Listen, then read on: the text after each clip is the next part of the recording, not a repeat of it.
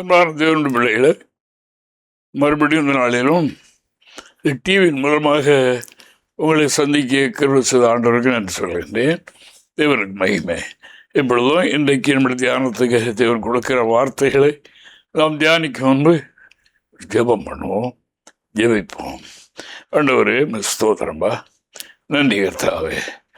தேவனுடைய சொல்ல முடியாத இவக்காக உமக்கு நன்றி செலுத்துகிறேன் சுவாமி.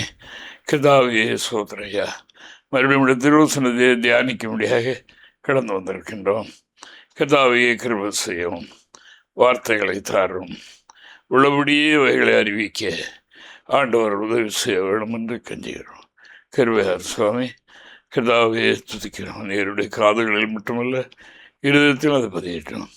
உடைய வார்த்தை வல்லமை உள்ளதாக இருக்கிறபடினால் கர்த்தாவையே துதிக்கிறேன். அந்த வல்லமை உயிர்த்தெழுந்த வல்லமை ஏதாவது சரீரத்தின் ஆத்மாவில் காணப்படுகிற உங்களுடைய எல்லா பலகீனங்களையும் மாற்றும்.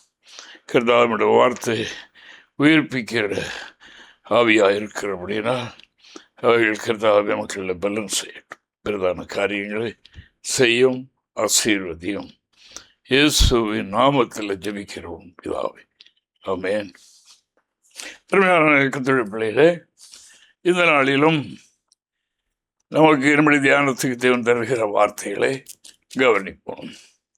பொதுவாக இன்று அதாவது நாம் உலக ரீதியாக எடுத்துக்கொள்ளும் போது மனிதர்கள் எதிர்பார்க்கிறது அன்பு என்கிற அடிப்படையில் எப்பொழுதுமே அதாவது சிநேகத்தையும் அன்பையும் தான் ஆடுகின்றார்கள். ஒரு மனிதனை கேடான வழியிலே அவர் நடத்துகிற துர்க்கிரியைகள் அவர்களில் இருக்குமானால் அவருடைய வாழ்க்கையை கெடுத்து போடும்.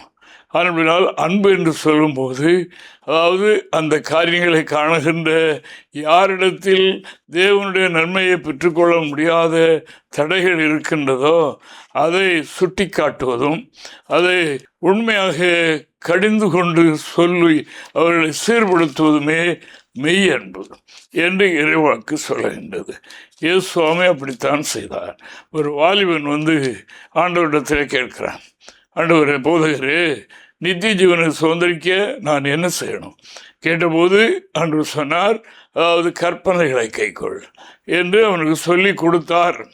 இயேசு அவனில் அன்பு கூர்ந்து உன்னிடத்தில் ஒரு குறை உண்டு என்று அதையும் சுட்டி காட்டி கற்பனைகளை கைக்கொள் என்று சொல்லி கொடுத்தார். அதுதான் சரியான சிநேகம், அதுதான் சரியான அன்பு என்று நாம் காணுகின்றோம். ஆனபடினாலே இன்று நாம் தியானிக்க போகிற வார்த்தை கவனிப்போம்.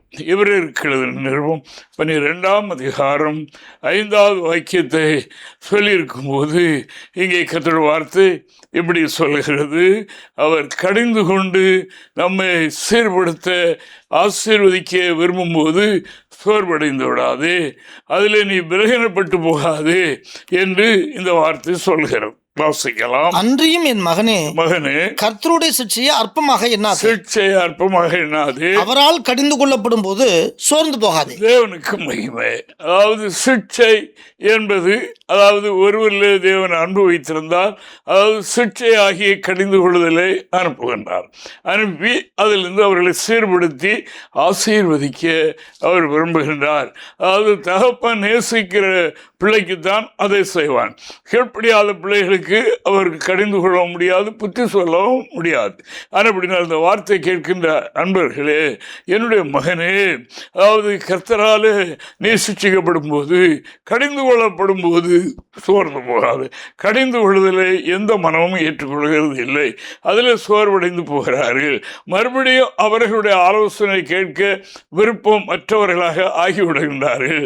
இதனால் கர்த்தருடைய ஆசீர்வாதத்திற்கு நன்மைக்கு மக்கள் தூரமாய் விலகி அவர்கள் நம்முடைய வாழ்க்கையில் அதாவது நன்மைக்கு பதிலாக தீமையே பெற்றுக்கொள்கிறதை நாம் காணுகின்றோம். அப்படினால்தான் சாலமோன் நீதிமொழிகள் எழுதும்போது இப்படி அவர் எழுதுகின்றார். நீதிமொழிகள் 27ஆம் அதிகாரம் 5 6 வசனங்களை நாம் பார்க்கும்போது அவர் சொல்லுகின்றார், அதாவது மறைவான சிநேகத்தை விட வெளிப்படையான கரிந்து கொள்வதுதான் அதுதான் மேன்மையானது, அதுதான் நன்மையானவைகள், அதுதான் ஒரு மனிதனை இன்னொரு மனிதன் நேசிக்கிறான் என்றதுக்கு பொருள், அல்லது கடவுள் அவனை நேசிக்கிறார் என்பது அதனுடைய பொருளாக இருக்கிறது என்று இந்த வேத வாக்கியத்தில் நாம் பார்ப்போம். மறைவான சிநேகத்தை பார்க்கிலும் வெளிப்படையான கடிந்து கொள்ளுதல் நல்லது. சிநேகிதன் அடிக்கும் அடிகள் உண்மையானவைகள், சத்துருக்கள் இடும் முத்தங்களோ வஞ்சனை. அதுதான் தேவனுக்கு மகிமை.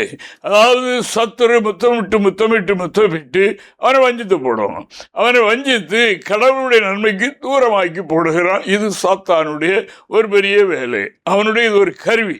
அப்படினால கட்டிப்பிடித்து முத்தம் செய்து அந்த அப்சலோம் அன்னைக்கு செய்தான் அல்லவா, அதே மாதிரி தகப்பனுக்கு விரோதமாக மக்களை எழுப்பிவிடவும் ராஜ்யத்தை பிடிக்கவும் குறுக்கோளில் அவன் அந்த பிரகாரம் செய்தான். அது அன்பல்ல, அது வஞ்சகம், அது துர்க்கிரியை, அது மனிதர்களை நாட்டை கெடுக்கிற காரியம். மறைமுகமான எவ்வளவு தவறு செய்தாலும் சரி மறைமுகமாக அவனிடத்தில் பேசுகிறது பிரதர் என்று சொல்லி அவனை வஞ்சிக்கிறதற்காக செய்கிற ஒரு கிரியைதான் அது. அப்படினால மறைவான சிநேகத்தை விட அது வெளிப்படையான கடிந்து கொள்ளுதல் தான் ரொம்ப உத்தமமானது என்று வேதம் சொல்லுகின்றது. அதை கட்டிப்பிடிச்சு முத்தம் செய்து யூதாசு முத்தம் பண்ணணும் இல்லையா, ஆண்டவரை பிடித்து, அது ஒரு வஞ்சகமான காரியம் அல்லவா. அதே வண்ணமாகத்தான் இன்று சத்துரு செய்கிற வேலை இதுவாக இருக்கிறது. அப்படினால் ஒரு மனிதனுக்கு தேவனுடைய நன்மை வராமல் போவதற்கு காரணம் தடை, அதாவது அவனுடைய வாழ்க்கையில் ஒண்டி இருக்கிற அந்த தீமை, அது அகல வேணும். அது அகற்ற வேண்டும் என்றால் தண்டனையின் பிரம்புதான் அதை அகற்றுமா. அதாவது வேதம் சொல்லும்போது பிள்ளையினுடைய நெஞ்சில மதியனை ஒட்டி இருக்கும், அது என்ன நீங்க வார்த்தையினால் அது நீங்காது, தண்டனையின் பிரம்பினால கடிந்து கொள்ளுதலினால அது நீங்கும். அவனுடைய எதிர்காலம் நன்றாயிருக்கும். தேவனுக்கு மகிமை உண்டாவதாக, நன்றாக இருப்பான். அப்படியே தாய்தப்பன் விட்டுவிட்டால் பிள்ளையுடைய அன்பு பிள்ளையுடைய உள்ளம் சோர்ந்து போகக்கூடாது, வருத்தப்பட்டுறக்கூடாது என்று எண்ணி போற போக்கிலே விட்டுவிட்டு அவர்களிடத்தில் மறைவான அன்பு செலுத்து மக்கா பிள்ளை என்று சொல்லிக்கொண்டு இப்படியெல்லாம் இருந்து எத்தனை குடும்பங்கள் என்று கெட்டு போனது, எத்தனை பிள்ளைகள் சீரழிந்து வருகிறது நாம் காணுகின்றோம். காரணம் என்னென்றால் கடிந்து கொள்ளுதல் அது ஒரு முக்கியமான அன்பு. கடிந்து கொள்ளுதல் மனிதனுக்கு அதாவது ஆசீர்வாதத்தை கொண்டு வருகிற ஒன்றாக அது இருக்கிறது என்று சத்திய வேதம் சொல்லுகின்றது. அருமையானவர்களே, ஆனபடினால இங்கே அதாவது சங்கீதக்காரன் சொல்லும்போது அவர் இவனமாக சொல்லுகின்றார். 141 சங்கீதம் 5வது வசனத்தை வாசிக்கும் போது இந்த உண்மை அறிந்த அந்த தேவ மனிதனுடைய வார்த்தை எப்படி வருகிறது பாருங்கள். நீதிமான் என்னை அதாவது கடிந்து கொள்ளட்டும், தலையில குட்டி என்னை கடிந்து கொள்ளட்டும், அது எனக்கு நன்மையாக இருக்கும் என்று அவர் இந்த வேத வாக்கியத்தில் சொல்லுகின்றதை நாம் இங்கே காணுகின்றோம். வாசிக்கலாம். நீதிமான் என்னை தயவாய் குட்டி என்னை கடிந்து கொள்ளட்டும், அது என் தலைக்கு எண்ணெய் போல இருக்கும். அது கடிந்து கொள்ளுதல் எப்படி இருக்குமாம்? தலைக்கு எண்ணெய் போல, சரீரத்துக்கு சுகம் அளிக்கும் ஒன்றை போல அது இருக்கும். அது என் தலைக்கு எண்ணெயை போல இருக்கும். என் தலை அதை அள்ள தட்டுவதில்லை, அவர்கள் இக்கட்டுகளிலே நான் இன்னும் ஜெபம் பண்ணுவேன். இப்படி சொல்லிவிட்டார்களே, இப்படி கடிந்து கொண்டார்களே என்று எண்ணி நான் அவர்களை பகைக்க மாட்டேன். அவர்கள் எனக்கு கொடுத்த கடிந்து கொள்ளுதல் எனக்கு அது எண்ணெயை போல, எனக்கு அது நன்மையாக, எனக்கு என்னுடைய சரீரத்துக்கு நல்ல ஆரோக்கியத்தை கொடுப்பதற்குரிய ஒன்றாக இருக்கிறது என்பதை நான் அறிகிறேன். அப்படினால அவர் என்னை கடிந்து கொள்ளட்டும். என்னை கடிந்து கொள்ள வார்த்தையினால் மட்டுமல்ல, என்னை தலையில குட்டி என்னை கடிந்து கொள்ளட்டும், அது என் தலைக்கு எண்ணெயை போல் இருக்கும். என் தலையை அல்ல தட்டாது, தலையில வைக்காது, வேண்டாம் என்று சொல்லாது, அது என்ன தலையில வைங்கள், எண்ணுவைங்கள், அது எனக்கு நன்மைதானே என்று எண்ணுகிறது போல அவர் சொல்கின்றார். தேவனுக்கு மகிமை. ஆனபடினால என்ன செய்வேன்? அவர்களை பகைக்க மாட்டேன், அவர்கள் மேல் வருத்தப்பட மாட்டேன். இப்படி சொல்லிவிட்டார்களே, இப்படி கடிந்து கொண்டார்களே என்று நான் எண்ண மாட்டேன். காரணம் அவர்கள் என் நன்மைக்காக, என்னுடைய சுகத்திற்காக, எனக்கு வரக்கூடிய ஆசீர்வாதத்தை அதாவது பெற்றுத்தரும்படியாக இப்படி என்னை கடிந்து கொள்கிறார்கள், கடிந்து கொண்டார்கள் என்று அதை நான் ஏற்றுக்கொள்கிறேன் என்று சொல்லுகிறது மாத்திரமல்ல, அந்த கடிந்து கொள்ளுதலுக்காக நான் ஜெபம் பண்ணுவேன். அவர்களுக்கு தீர்க்காயுசு கூட அவர்களை ஆசீர்வதியும். அவர்களின் அநேகருக்கு இந்த கடிந்து கொள்வதின் சத்தியத்தை கொடுத்து அவர்களை தேவாசீர்வாதத்துக்கு தகுதி உள்ளவர்களாக, ஆண்டவருடைய ராட்சியத்திற்கு தகுதி உள்ளவர்களாக மாற்றணும். அவர்களுக்காக நான் ஜெபம் பண்ணுவேன் என்று அங்கே தாவீது ராஜா சொல்கிறார். அதற்காக நான் ஆண்டவருக்கு நன்றி செலுத்துகிறேன். வசனத்தை கேட்கின்ற அன்பானவர்களே, இன்றைக்கு நாம் தவறான அன்பை தேடி அடைகின்றோமா? அதாவது நம்முடைய பாவத்தை சுட்டி காட்டாத அந்த அன்பை நாம் எதிர்பார்த்து ஓடிக்கொண்டிருக்கின்றோமா? அதை தேடுகின்றோமா? அப்படிப்பட்டவர்களை நாம் மறைமுகமாக நட்பு கொள்கின்றோமா? அவரோடு உறவு கொள்கிறோமா? இது வஞ்சனையான முத்தமிடுகிற ஒன்று என்று வேதம் சொல்கிறது. இன்னைக்கு இருக்கிறது அல்லவா, அது சாத்தானுடைய ஒரு ஆயுதம். அதை இன்று தேவ பிள்ளைகள் என்று சொல்லப்படுகிறவர்களும் கூட பயன்படுத்துகிறார்கள். அவர்கள் நம்மளை குற்றப்படுத்துகிறார்கள். இந்த சகோதரன், இந்த சகோதரி ஒருபோதும் கடிந்து கொள்ள மாட்டாங்க, எப்பொழுது அன்பாகத்தான் இருப்பாங்க என்றெல்லாம், அதாவது இப்படிப்பட்ட நட்பு இன்று பெறுகிறது நாம் காணுகின்றோம். அதைத்தான் அதாவது அங்கே சாலமோன் தேவனிடத்திலிருந்து வரம் பெற்ற ஞானி சொன்னார், மறைவான சிநேகத்தை விட, அது கள்ளத்தனமான சிநேகம், அந்த சிநேகத்தை விட வெளிப்படையான கடிந்து கொள்ளுதல் எனக்கு நல்லது. அப்படினால சங்கீதக்காரன் சொன்னார், நீதிமானனை கடிந்து கொள்ளட்டும், அது என் தலைக்கு எண்ணெய் போல் இருக்கும். தேவனுக்கு ஸ்தோத்திரம். அது என் தலை அல்ல தட்டாது. அதாவது அவர் இன்னும் என்னை கடிந்து கொள்ளட்டும், அவரை நான் பகைக்க மாட்டேன், அவருக்காக நான் ஜெபம் பண்ணுவேன் என்று அவர் சொல்லுகிறதை பார்க்கிறோம். தேவனுக்கு ஸ்தோத்திரம் உண்டாவதாக. ஆனபடினால் அதே நீதிமொழிகளில் சாலமோன் சொல்லும்போது 3ஆம் அதிகாரம் 11-12 வசனங்களை நாம் பார்க்கும்போது அங்கே என்ன சொல்லுது பாருங்க, வாசிங்க. என் மகனே, நீ கர்த்தருடைய சிட்சையை அற்பமாக எண்ணாதே, அவர் கடிந்து கொள்ளும் போது சோர்ந்து போகாதே. தகப்பன் தான் நேசிக்கிற புத்திரனை சிட்சிக்கிறது போல கர்த்தரும் எவனிடத்தில் அன்பு கூறுகிறாரோ அவனை சிட்சிக்கிறார். நம்மிடத்தில் ஒரு சிறிய குற்றம், அது நமக்கு பெரிய குற்றமாக தெரியாது. அந்த சிறிய குற்றம் நமக்கு பெரிய நன்மையை கெடுத்து போடும். அது தெய்வீக உறவிலே நம்மை குறைவிட வைத்து விடும். நாம் தேவனிடத்தில் நெருங்க விடாதபடி தடை செய்யும். அது நமக்கு தெரியாமல் இருக்கலாம். ஆனால் அதனால ஆண்டவர் சிட்சை அனுப்புவார். அந்த சிட்சை அனுப்பி அது மூலமாக இது ஏன் எதற்கு இப்படி வந்தது என்கிறதை சிந்திக்க வைத்து அதில் அவர் கடிந்து கொண்டு அந்த விலகினத்திலிருந்து அவனை விடுதலையாக்கி அவனை ஆசீர்வதிக்க, அவனிடத்தில் தேவன் நெருங்கி உறவாட, ஒரு தெய்வீக நன்மையிலே அவன் உன்னத நிலை அடைவதற்கு என்ன செய்கிறார்? அதாவது தகப்பன் தான் நேசிக்கிற புத்திரனை அதாவது சிட்சிக்கிறான், கடிந்து கொண்டு சிட்சிக்கிறார் என்று வேதம் சொல்லி, நேசிக்காதவர்கள், கீழ்ப்படியாதவர்கள், ஏத்து நிற்கிறவர்கள், அதாவது அசட்டை பண்ணுகிறவர்களை ஆண்டவர் கண்டுகிறதில்லை. ஒன்றும் செய்ய முடியாது. அவர்கள் அப்படியே போக்கிலே விட்டு விடுகின்றார். அதுதான் ஆபத்து.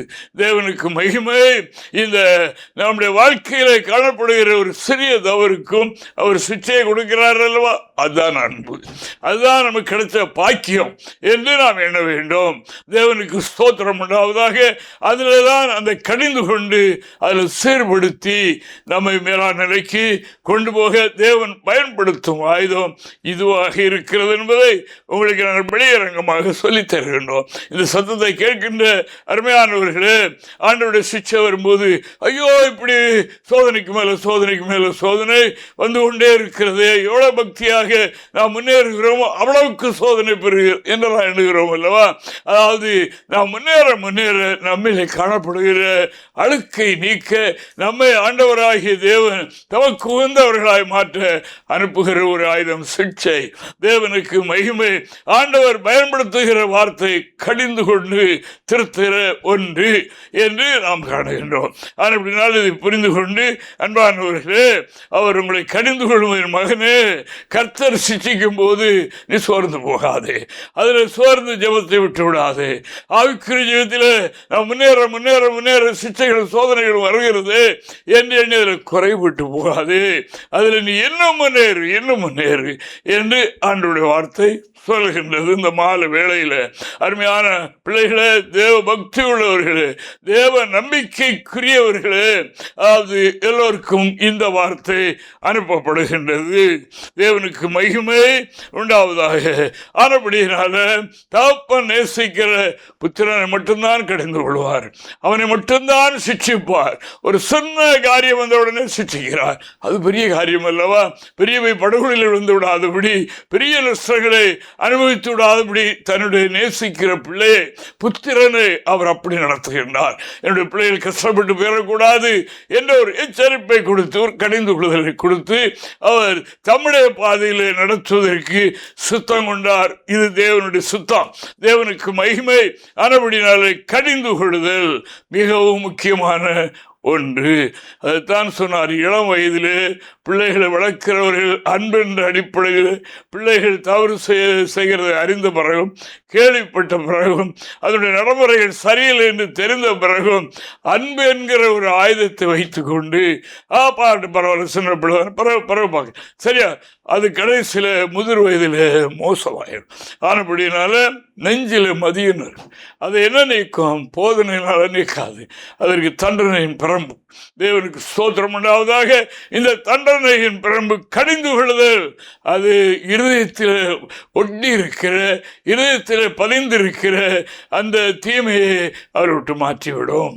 தேவனுக்கு மைவீதுப்பட்டவர்களுக்கு பிடிக்காது, எங்கள் போதகர்களுக்கு பிடிக்காது, எங்களுடைய சபைக்கு இது ஒவ்வாது என்று எண்ணும் அறிவை நாம் கூட்ட வேண்டும். கடிந்து கொள்ளுதல் அதான் அன்பு, அதான் அன்பு, அதான் பிள்ளைகள் மேல் வைக்கிற அன்பு, நேசம் என்று நாம் பார்க்கின்றோம்.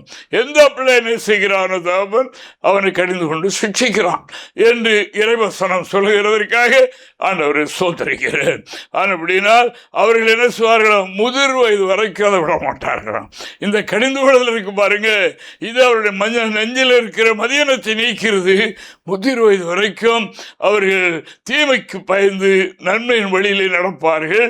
கர்த்தர் அவர்களை ஆசீர்வதிப்பார், கர்த்தர் அவர்களோடு கூட இருப்பார் என்று வேதம் சொல்லுகின்றபடினால ஆண்டவரை துதிக்கிறேன். அருமையான தேவனுடைய பிள்ளைகளை, இன்று சத்ரு சிலரை என்ன பண்ணுகிறான் என்றால், அதாவது கடிந்து கொள்ளுதல், ஆலோசனை, இவைகளை தேவன் அனுப்பும் போது அவர்கள் என்ன செய்கிறார்கள் என்று சொன்னால், கடிந்து கொள்ளப்படுகிறதை அலட்சியம் பண்ணி, அதை துச்சமாக எண்ணி, அதை ஒரு பொருட்டாக எடுக்காமல் அவைகளை அப்படியே விட்டு விடுகிறதுனால அது பெரிய தீமைக்குள்ளாக ஆக்கிவிடும் என்று இறை வசனம் சொல்கின்றது. இதே சாலமன் சொல்லுகிறார், நீதிமொழியின் புஸ்தகம் 29ஆம் அதிகாரம் 1வது வாக்கியம். அடிக்கடி கடிந்து கொள்ளப்பட்டும் தன் பிடரியை கடினப்படுத்துகிறவன், தன்னுடைய இருதயத்தை கடினப்படுத்துகிறவன் சகாயமின்றி சடுதியிலே நாசமடைவான். கஷ்டமான வார்த்தை. தேவனுக்கு மகிமை உண்டாவதாக. அடிக்கடி கடிந்து கொள்ளுதல், அடிக்கடி சிக்ஷை, அடிக்கடி கடிந்து கொள்ளுதல், அடிக்கடி எச்சரிப்பு வந்தும் அதை கண்டுகிடாமல் தான் போகிற வழியிலேயே போய்கொண்டு இருப்பார்கள். ஆனால் அடிக்கடி கடிந்து கொள்ளப்பட்டோம் பிளறியே இருதயத்தை கல்லாக கடினமாக மாற்றிக்கொண்டு அதுவே தன்னுடைய வாழ்க்கை என்று போகிற வழி என்ன செய்வான்? சடுதியில் என்ன இப்படி வந்துச்சு, திடீரென்று வந்துட்டு என்று சொல்லுகிறோமல்லோ, ஆச்சரியப்படுகிறோமல்லோ. இப்போதான் நல்லா இருந்தாங்க, இதென்ன இப்படித்தான் இருக்குமா? அது சடுதி, ஒரு செகண்டில் நடந்துடும். தேவனுக்கு மகிமை. ஆனபடியினால் கடிந்து கொள்ளும்போது சோர்ந்து போகாது, கடிந்து கொள்ளும்போது நீ அவைகளை அலட்சியம் பண்ணாதே, அவைகளை கவனத்துக்கு கொண்டு வராமல் மெத்தனமாயிருந்து விடாது என்று தேவவசனம் எச்சரிக்கிறது. தேவனுடைய அன்பான தேவனுடைய பிள்ளைகளே, இது கர்த்தருடைய சத்திய வேதம், வாக்கியம். ஆனபடினால தேவன் தம்முடைய பக்தர்களுக்கு தம்முடைய ஞான வரத்தை, தம்முடைய ஆவியை அவர்களுக்கு கொடுத்து அவர்கள் மூலமாக இன்று இவைகளெல்லாம் நமக்கு தரப்பட்டிருக்கிறது, இவைகள் எழுதப்பட்டிருக்கின்றது. இவைகள் வேதாகமத்திலே பரிசுத்த ஆவியினாலே அதாவது ஏற்றுக்கொள்ளப்பட்ட வார்த்தைகள். தேவனுக்கு ஸ்தோத்திரம். ஆனபடினால் கர்த்தருடைய வார்த்தை என்ன சொல்லுகிறது? அதாவது தேவன் திடீரென்று செய்ய மாட்டார். தான் நேசிக்கிற பிள்ளைகளை சிச்சிக்கிறார், எச்சரிப்பு கொடுக்கிறார். அதாவது தான் போகிற வழி சரியில்லை என்று அறிய வைக்கிறதுக்கு என்னெல்லாம் பண்ணுகிறார். ஆனாலும் பிள்ளரையை கடினப்படுத்தி இருதயத்தை கடினப்படுத்தி அவைகளை மனதிலே பதிய விடாமல் தான் போகிற வழியிலே போனால் அதாவது என்ன உண்டாகுமாம்? சடுதியிலே தீமை உண்டாகிவிடும் என்று இறைவசனம் சொல்லுகிறபடினால இவைகளை இன்று நமக்கு இந்த சத்தத்தை கேட்கிற அனைவருக்கும் இது ஒரு எச்சரிப்பின் வார்த்தை. தேவனுக்கு ஸ்தோத்திரம். அன்பை தேடி அலைவதல்ல, தேவன் எங்கே கடிந்து கொண்டு புத்தி சொல்லுகிறாரோ, யார் மூலம் சொல்லுகின்றாரோ அங்கேதான் நாம் அனுபவிக்க வேண்டும். அதுதான் ஒரிஜினல் அன்பு. மற்றபடியெல்லாம் மாயமான அன்பு, அவைகள் இவர்களை கெடுப்பதற்கு செய்கிற வேலை என்று தெரிய உறவாடி கெடுக்க, அதாவது பகைவர்களை உறவாடி கெடுக்கிற மனிதர்கள் உண்டு. அன்பு பாராட்டி அவனை தீமையான வழியில் வளர்த்து விட்டு அவனை நாசமாக்கி விடுகிற எத்தனையோ கும்மல்கள் உலகத்தில் இருக்கிறது. அதான் இந்த சத்திய வேதத்தில் மத்திய பகுதியில் இடம்பெற்ற வார்த்தை சங்கீதம் 1. தேவனுக்கு மகிமை.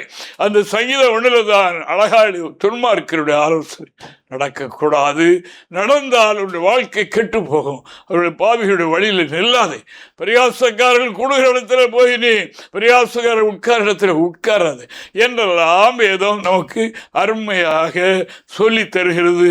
வழி தெரியாமல் எத்தனையோ பேர் அலைகிறார்கள், தங்களுடைய வாழ்க்கை எப்படி இருக்கிறது என்று அறிந்து கொள்ள முடியாமல் இருக்கிறார்கள், அதில் நடக்கிறார்கள். சரியா இருக்கிறோமா இல்லை? அதாவது வேதத்தை கிறிஸ்தவர்கள் சொல்லுகிறவர்களும் பெரும்பகுதி அப்படித்தான் இருக்கிறாங்க. தேவனுக்கு மகிமை. ஆனபடினால் சத்தத்தை கேட்கிற அருமையானவர்களே, தேவன் உங்களை நேசிக்கிறார். தேவன் ஆனபடினால் உங்களுக்கு சின்ன தவறுகள் காணப்படும் போதும் சிக்ஷையை அனுப்புகின்றார், அவங்களை கடிந்து கொள்கின்றார். அது தவறு எண்ணி விடாதீர்கள். சரியில்லையோ, அப்படியோ, ஆண்டவர் என்னை விட்டுட்டாரோ, இப்படியெல்லாம் வருகிறது என்று எண்ணாதீர்கள்.